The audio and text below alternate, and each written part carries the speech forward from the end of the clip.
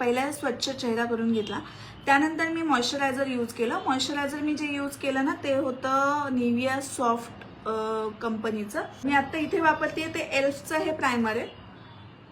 आणि एक गोष्ट, प्रायमर खूप जास्त लावायची गरज नसते. अगदी थोडंसं प्रायमर तुम्ही घेतलं तरीही इनफ होतं. जिथे तुम्हाला ना घाम येतो, जिथे जिथे तुमचे ओपन पोर्स जास्त आहेत आणि तुम्हाला असं वाटतं की तिकडे स्वेटिंग खूप जास्त लवकर तुम्ही करता, तर तेवढ्या एरियात पहिले लावायचं आणि मग त्यानंतर पूर्ण चेहऱ्यावरती तोच हात फक्त फिरून घ्यायचा.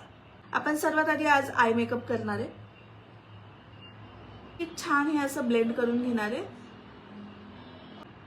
आणि हे असं ब्लेंड करून झालं की काय करायचं, एक पावडर पफ घ्यायचा, ट्रान्सलुसंट पावडर घ्यायची, ती हातावरती थोडीशी मी चोळली आणि त्यानंतर डोळ्यांवरती लावली. एक मोठा आयशॅडो ब्रश मी घेतलाय आणि मी काय करते ना, यातला हा जो कलर दिसतोय तुम्हाला लाईट कलर आहे, हा मी पिक केला, एक्सेस डस्ट केला आणि फक्त आउटर कॉर्नरला मी लावला. सेम इकडेही पेन्सिल ब्रश घेतलाय, ठीक आहे. आणि हा जो व्हाईट कलर आहे ना, हा मी पिक केलाय आणि तो मी फक्त कुठे लावणार आहे, इनर कॉर्नरला.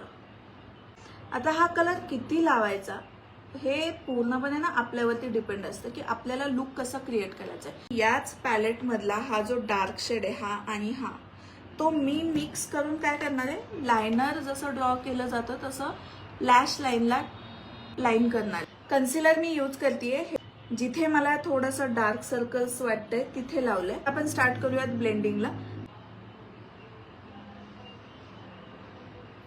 हे जे लिक्विड ब्लश असतात की नाही, ते ना थोडे जास्त पिगमेंटेड असतात आणि पटकन ड्राय पण होतात. त्यामुळे हे जे ब्लेंडिंग तुम्हाला करायचं ते खूप जास्त फास्ट करायचंय. आपल्याला पहिले एक कोट लावून घ्यायचा आहे मस्कराचा. कुठल्याही डार्क ब्राऊन कलरने तुम्हाला लिप लाईन करून घ्यायचं आहे.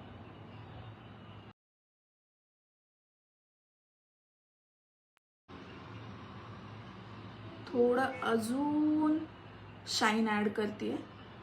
Thank you so much for watching आणि पुन्हा लवकरच भेटूयात आपण. तोपर्यंत bye, take care, I love you, bye.